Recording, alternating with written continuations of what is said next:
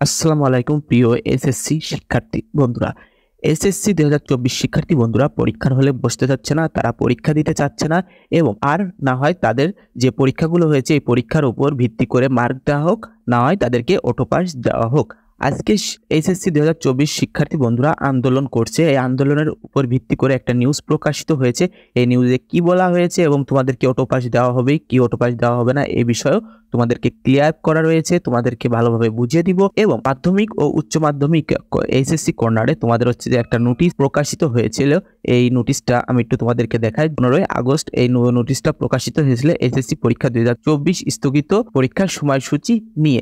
এই স্থগিত পরীক্ষার সময়সূচি নিয়ে দেখার পরেও প্রত্যেকটা শিক্ষার্থীর মনে একটা কনফিউজ ছিল যে আদৌ কি তোমাদের পরীক্ষা অটো পাস দিবে নাকি পুনরায় পরীক্ষা নেওয়া হবে। সো প্রিয় শিক্ষার্থী বন্ধুরা, আজকের ভিডিওটা তোমরা মনোযোগ সহকারে দেখবা এবং তোমাদের বন্ধুদের কাছে বেশি বেশি করে শেয়ার করবা। আর তোমরা দেখছি আমাদের ভিডিওতে লাইক, সাবস্ক্রাইব, কমেন্ট কোনোটাই করছো না। অবশ্যই লাইক, শেয়ার, সাবস্ক্রাইব করে দিবা, কষ্ট করে তোমাদের জন্য ভিডিও বানাই। আর আমি আবারও বলছি, আজকের ভিডিওটা কিন্তু অবশ্যই মনোযোগ সহকারে দেখবা। ওকে, দেখো এইখানে দ্য ডেইলি ক্যাম্পাসের নিউজে অটো পাস নিয়ে নিউজ করেছে, যেখানে লেখা রয়েছে অটো পাসের দাবিতে সারা দেশে এইচএসসি পরীক্ষার্থীদের বিক্ষোভ। নিউজটি প্রকাশিত হয়েছে 17 আগস্ট আজকে 1টার সময়। ওকে প্রিয় শিক্ষার্থী বন্ধুরা, দেখো এখানে বিস্তারিত লেখা রয়েছে। আমরা বিস্তারিত তোমাদেরকে একটু পড়ে শুনে তাহলে তোমরা ভালোভাবে বুঝতে পারবা।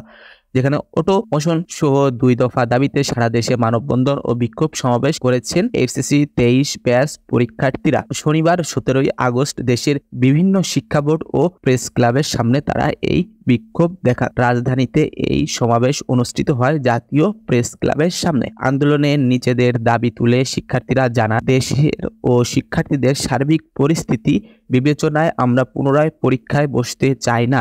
এই পরিস্থিতিতে পরীক্ষা নিয়ে আমাদের মূল্যবান সময় ও ভবিষ্যতের ক্ষতি হবে। তাই এসএসসি 24 এর স্থগিত পরীক্ষাগুলো বাতিল এবং বিকল্প পদ্ধতিতে মূল্যায়ন করে খুব দ্রুত পরীক্ষার ফলাফল দেওয়া হোক। এ সময় শিক্ষার্থীরা একটি বোর্ড কিভাবে 5 থেকে 6 মাস ধরে চলে সেই প্রশ্ন তোলেন। ওকে প্রিয় শিক্ষার্থী বন্ধুরা, তোমরা আশা করি বুঝতে পারছো যে তোমাদের পরীক্ষায় 100 ভাগ না হওয়ার দিকে রয়েছে। ওকে প্রিয় শিক্ষার্থী বন্ধুরা, আরো দেখো লেখা আছে, আমি একটু পড়ে শোনাই।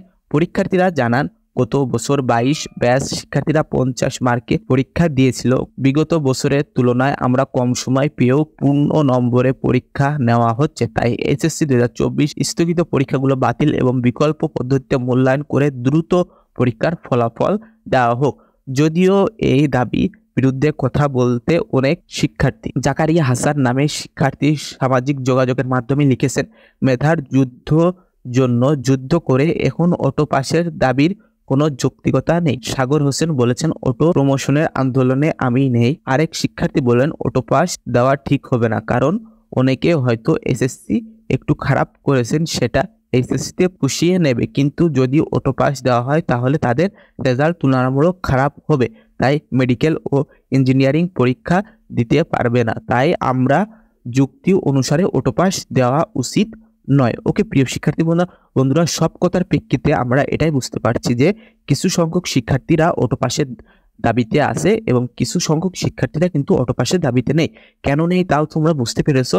হ্যাঁ, সার্বিকভাবে বিবেচনা দিয়ে বুঝতে গেলে কিন্তু অটো পাস দিলে কিন্তু তোমাদের জন্যই ক্ষতি আমি মনে করি। কিন্তু তোমরা যেহেতু আন্দোলন করছো, আন্দোলন চালিয়ে যাও, ইনশাল্লাহ তোমাদের অটো পাস দিবে। ওকে প্রিয় শিক্ষার্থী বন্ধুরা, আমি শুনতে পাচ্ছি যে তোমাদের অটো পাস দেওয়ার চান্স 100% রয়েছে। সো সেই পর্যন্ত নতুন নোটিশের জন্য ওয়েট করো। শিক্ষা বোর্ড থেকে অবশ্যই অতি দ্রুতই তোমাদেরকে নতুন নোটিশ নিয়ে চলে আসবে। নতুন নোটিশ দেখার জন্য সবাই আমাদের ইউটিউব চ্যানেলটা সাবস্ক্রাইব করে রাখবা এবং এই ভিডিওটা একটু বেশি করে শেয়ার করে তোমার বন্ধুদের কাছে পৌঁছে দিবা।